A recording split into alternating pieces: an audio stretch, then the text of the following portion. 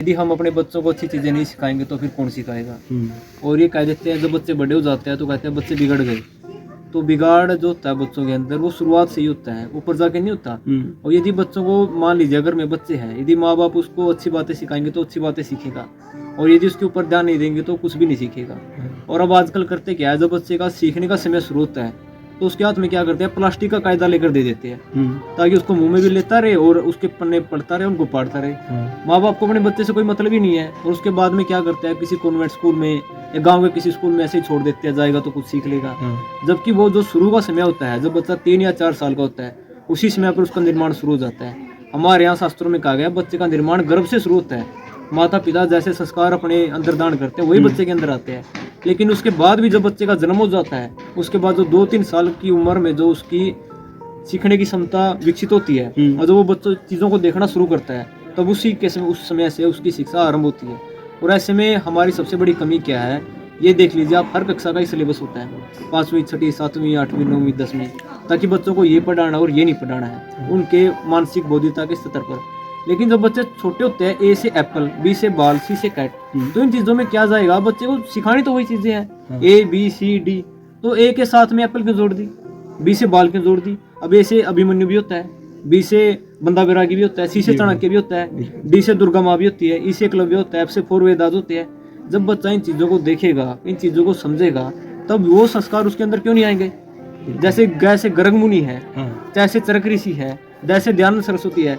अब जैसे क्या पढ़ा देते हैं बच्चों को, द्वात पढ़ा देते हैं, उसे उल्लू पढ़ा देते हैं। उल्लू का क्या करेगा बच्चा, क्या काम आएगा उसके उल्लू। बच्चे को उधम सिंह पढ़ाइए, उधम सिंह ने जो राष्ट्र के लिए कार्य किया वो बताना चाहिए बच्चे को, ताकि वो आगे जाकर महान देशभक्त बने। तो आप ये लगा लीजिए वो चीज़ें लाइफ टाइम उसके दिमाग में रहेंगी। और यदि वो आगे जाकर राम को गाली नहीं देगा, कृष्ण को गाली नहीं देगा, उन चीज़ों की रक्षा करेगा। तो हमारा यही प्रयास है ताकि बच्चों को अच्छी चीज़ें मिले, वो अच्छी चीज़ें सीखे।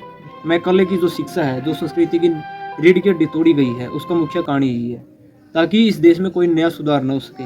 ये लोग ऐसे ही गुलाम बनते रहे, ऐसे ही कलरक बनते रहे और ऐसे ही सरकारी नौकर बनते रहे, और इनको अपने देश से, समाज से, संस्कृति से कोई लेना देना ना हो, ताकि ऐसे ही गुलामों की तरह ज़िंदगी जिए और यहीं पर ख़त्म हो जाए। और यदि हम अपने बच्चों को बचपन से ही भगत सिंह, राजगुरु, सुखदेव बनाना चाहते हैं तो उनको बचपन से ही वो चीज़ें सिखानी पड़ेगी।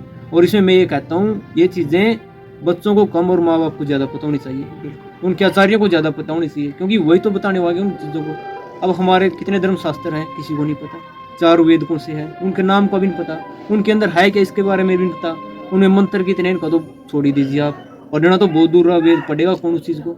अब यदि आप ईसाइयों को देखोगे, मुसलमानों को देखोगे, तो आगे से लेकर पीछे तक सारी चीज़ें याद है, पूरी की पूरी कुरान याद है, पूरी की पूरी बाइबल याद है, अपने देश धर्म के लिए मिट जाते हैं। लेकिन हमारे यहाँ कुछ पता ही नहीं है। दर्शन कितने के घर में है, उपनिषद कितनों के घर में है, उपांग कितनों के घर में है, रामायण महाभारत किसके घर में है, गीता किसके घर में है। तो जब तक ये चीज़ें नहीं होगी कि आपके जो बच्चे आपकी संस्कृति की रक्षा करेंगे। आप संस्कृति की बात करते हो तो संस्कृति होती क्या है, जो संस्कारों से निर्मित होते हैं उसको संस्कृति कहते हैं। अब ये संस्कार क्या होते हैं, जो हमारी आत्मा के अंदर दान किए जाते हैं उनको संस्कार कहते हैं। अब हमारी आत्मा के अंदर हम अच्छी चीज़ें दान करेंगे, बच्चों को अच्छी चीज़ें सिखाएंगे, तभी वो सीखेंगे। अब जनेऊ नहीं पहनता कोई, इस जनेऊ के लिए पता नहीं कितने लोग मर गए, कितनों ने बलिदान दे दिया, कोई सीखा नहीं रखता अपने सिर पर, चोटी नहीं रखता कोई। क्यों नहीं रखता, क्योंकि मजाक बना दिया गया उन चीज़ों का, कोई बताने वाला नहीं उन चीज़ों को। हमने एक जो पूरा पृष्ठ गाय के बारे में ले रखा, गाय की महिमा, गाय के बारे में लोगों को बस गाय समझ के जानवर है। गाय 24 घंटे ऑक्सीजन देती है, गाय से पशुगुब्बिया बनता है, गाय से कैंसर जैसी बीमारियों का इलाज होता है, गाय के शरीर पर हाथ फेरने से बीपी जो है नॉर्मल होता है। गाय भारतीय संस्कृति का आधार है। तो मतलब कि इतनी सारी, गाय एक माँ है।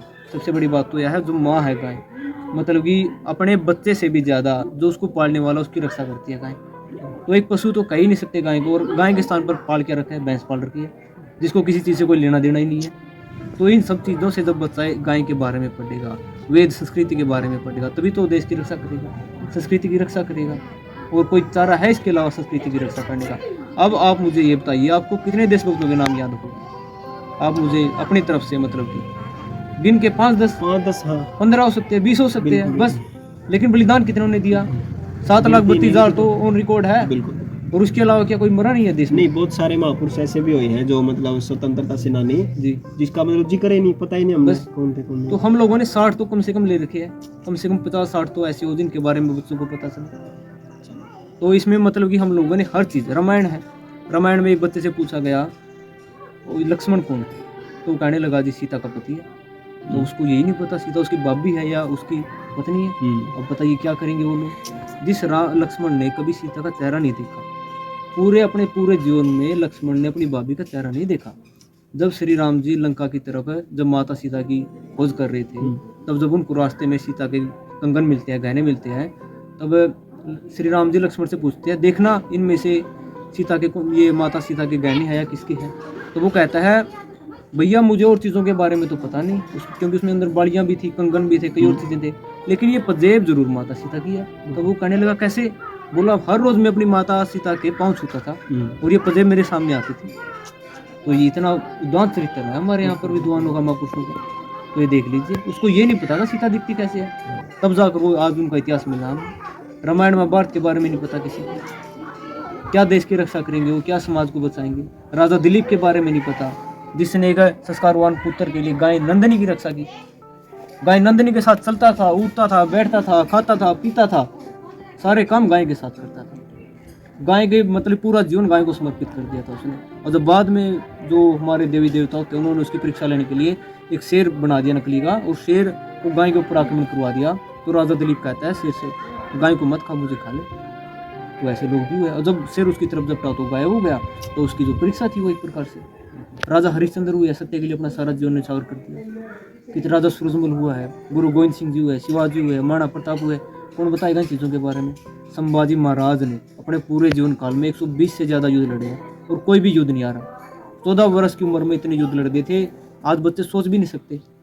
युद्ध लड़ना तो बहुत दूर रहा, इतने महान वीर था और हर एक अंग काटा गया था। औरंगजेब क्या कहता है संभाजी के बारे में, बोला तुम्हारे जैसा मेरा एक भी पुत्र होता तो मैं पूरे भारत को जीत लेता। ये देख लीजिए, तो ये संस्कृति को बचाने वाले ये लोग हैं। इन्हीं लोगों से हमारी संस्कृति बचेगी। और संस्कृति को कौन बचाएगा? जब तक हमारे आदर्श सलमान खान, आमिर खान, शाहरुख खान रहेंगे, उठते रहेंगे, अक्षय कुमार रहेगा, तब तक देश की रक्षा नहीं होगी। हमें अपने आदर्श बदलने होंगे। क्रिकेटर और फिल्मी स्टार हमारे आदर्श कभी भी नहीं हो सकते।